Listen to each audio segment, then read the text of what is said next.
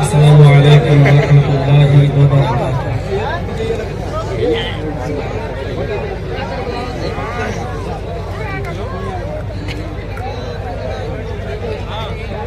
الحمدللہ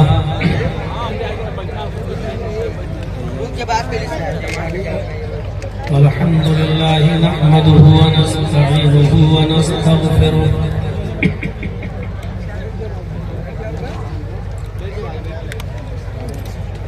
ونعوذ بالله من شرور أنفسنا ومن سيئات أعمالنا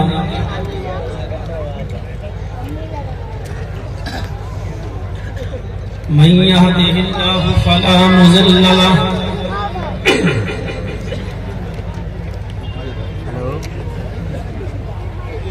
ومن يضلله فلا هادي له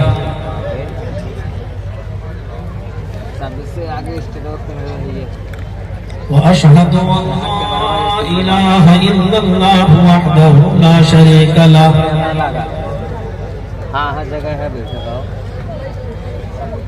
وأشهد أن محمدا عبده ورسوله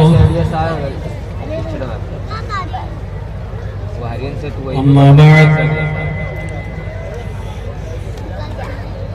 فإن خير الحديث كتاب الله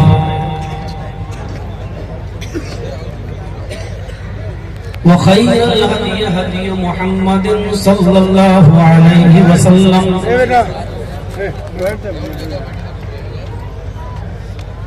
وشر الأمور محدثاتها وكل محدثة بدعة وكل بدعة ضلالة وكل ضلالة في النار أعوذ بالله من الشيطان الرجيم بسم الله الرحمن الرحيم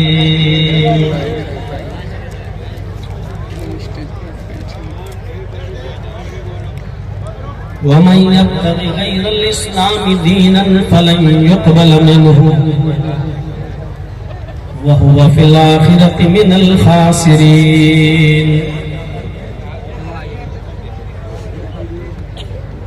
رب اشرح لي صدري ويسر لي أمري واحلل عقدة من لساني يفقهوا قولي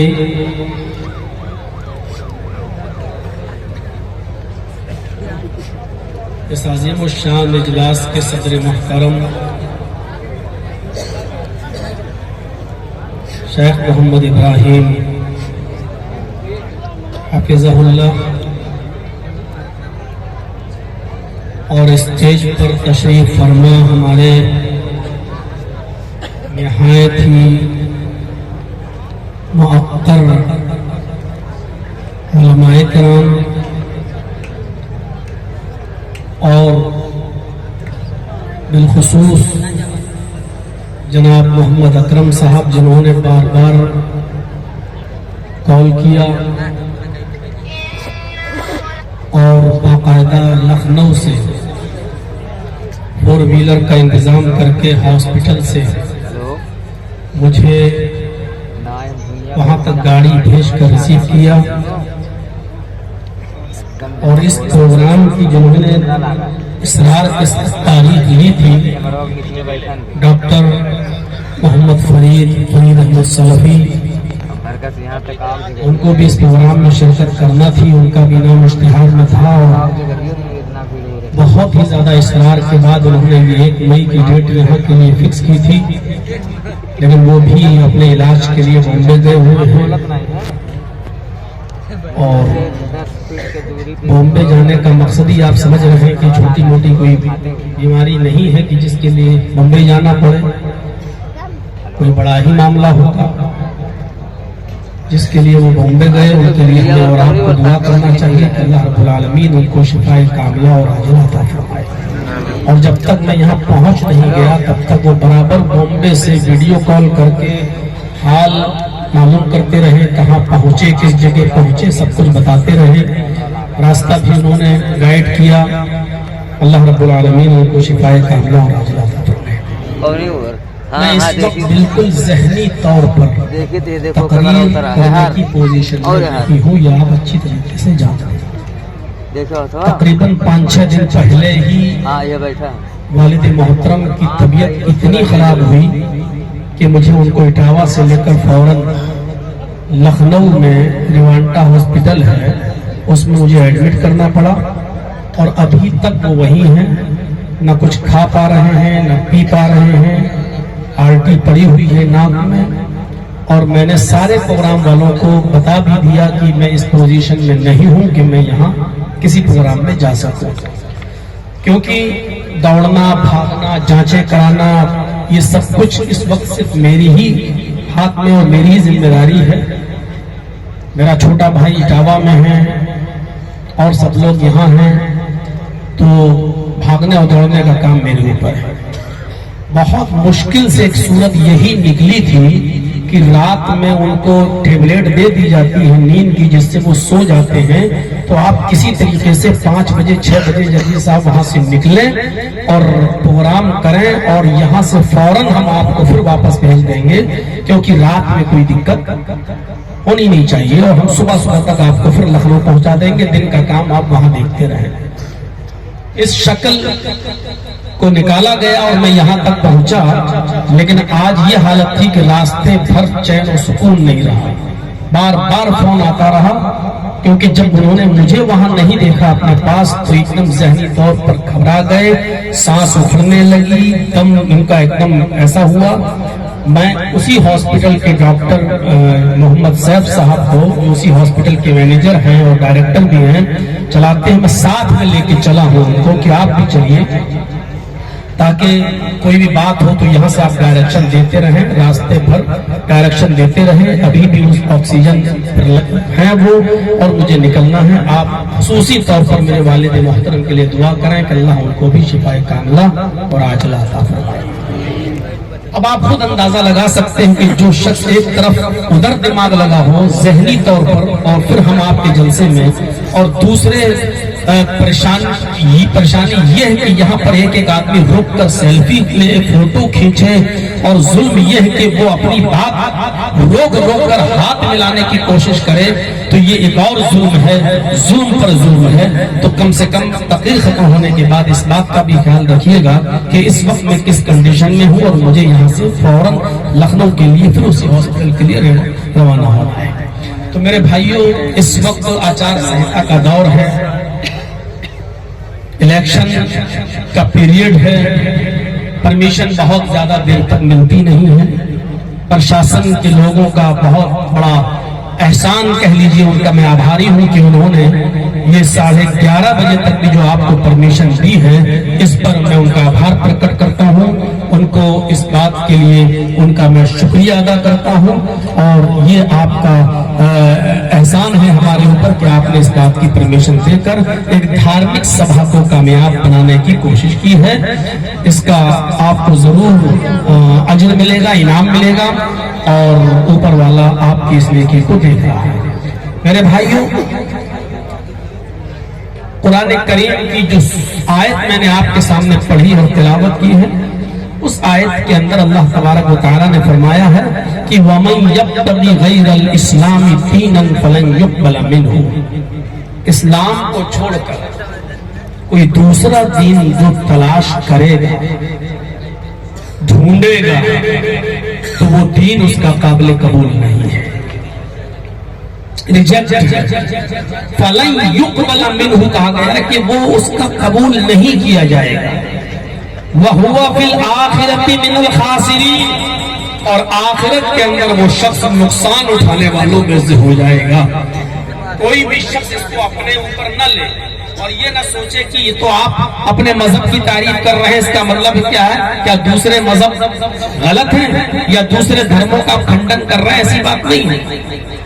میں اسلام کی تعریف اور اسلام کی پرشنسا صرف اس لیے کر رہا ہوں، اس لیے نہیں کہ میں مسلمان ہوں، بلکہ اس لیے کر رہا ہوں کیونکہ اللہ تبارک و تعالیٰ کی طرف سے جو دین نازل ہوا ہے، جو دین اترا ہے، وہ صرف اسلام ہے، اور یہ اسلام سب کا ہے۔ اگر یہ صرف کسی ایک خاص قوم، ایک خاص طبقے کا، ایک خاص ذات سے ریلیٹڈ ہوتا تو میں اس کو بیان نہیں کرتا، نہ میں اس کو بتاتا۔ اسلام کی تعریف اس لیے میں کر رہا ہوں کیونکہ یہ اسلام صرف مسلمانوں کا ہے ہی نہیں، یہ اسلام سب کا ہے، اور جو چیز سب کی ہو اس کی تعریف ہونی چاہیے۔ جیسے اللہ رب العالمین نے یہ ہوا جو چلائی ہے، جو ہم اور آپ بیٹھے جس ہوا میں، یہ ہوا مسلمانوں کی نہیں ہے، یہ ہوا ہندو بھائیوں کی نہیں ہے، یہ ہوا سکھوں کی اور عیسائیوں کی اور یہودیوں کی اور جینیوں کی اور بدھسٹوں کی نہیں ہے، یہ ہوا سب کی ہے، کیونکہ اللہ رب العالمین نے اس کو سب کے لیے اس کی تخلیق کی ہے۔ آسمان سب کے لیے ہے، آسمان سے برسنے والی بارش سب کے لیے ہے، اور جس پر سب کا ادھیکار ہو تو وہ سب کے لیے ہوتی ہے۔ اسی طریقے سے جس طرح ہوا سب کے لیے، چاند و سورج سب کے لیے، جس طرح بارش سب کے لیے، اسی طریقے سے اللہ تبارک و تعالیٰ کی طرف سے نازل کیا ہوا دین بھی ایک ہے، اور وہ بھی سب کے لیے، وہ بھی سب کے لیے۔ بھائی بیٹھ جائیے، آپ لوگ کھڑے ہو کے ویڈیو بنائیں گے اور اپنے موبائل میں کیپچر کریں گے تو پیچھے والوں کو تکلیف ہوگی نا۔ بیٹھ جائیے، ویسے بھی بہت دیر کے لیے ٹائم نہیں ملا ہے، بیٹھ جائیے۔ تو میرے بھائیوں، وہ بھی سب کے لیے ہے۔ تو جس طرح میں یہ کہوں کہ آپ لوگ لڑ جھگڑ کے بھی وہی آدھا ایک پون گھنٹہ ختم کر دیجیے۔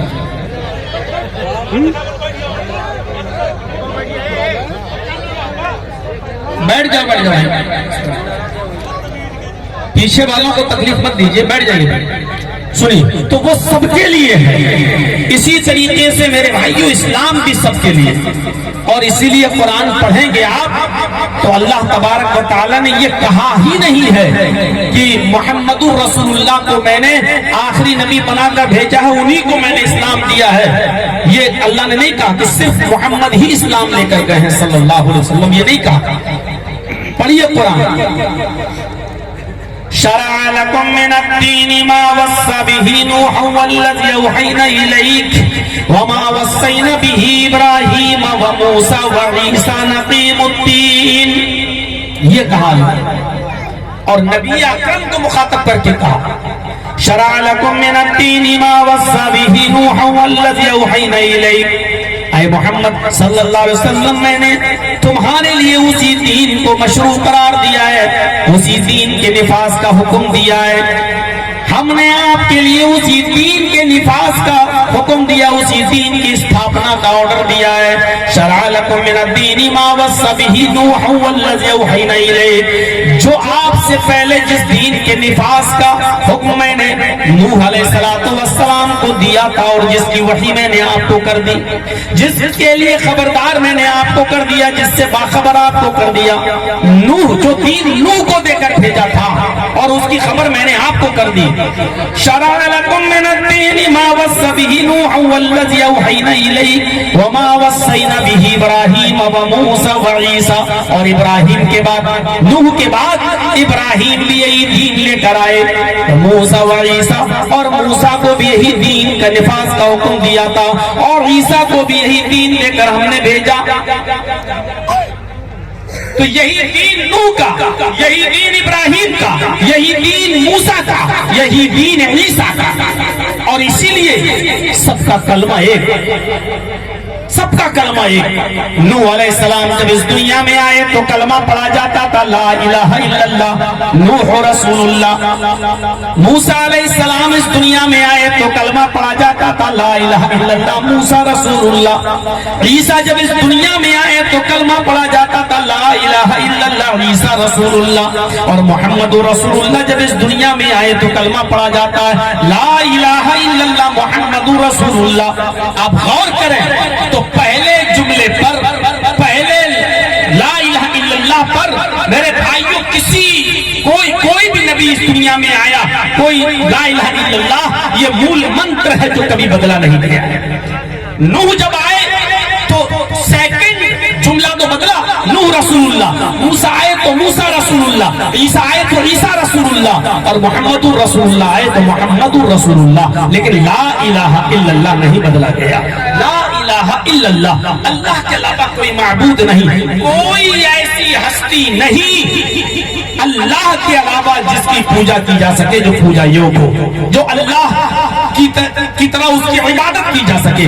عبادت کے لائق اور عبادت کی مستحق ذات صرف اللہ کی ہے۔ تو یہ کلمہ سب کا رہا ہے، اور اس لیے قرآن ڈنکے کی چوٹ پر اعلان کرتا ہے، قُلْ يَا أَهْلَ الْكِتَابِ تَعَالَوْا إِلَىٰ كَلِمَةٍ سَوَاءٍ بَيْنَنَا وَبَيْنَكُمْ أَلَّا نَعْبُدَ إِلَّا اللَّهَ۔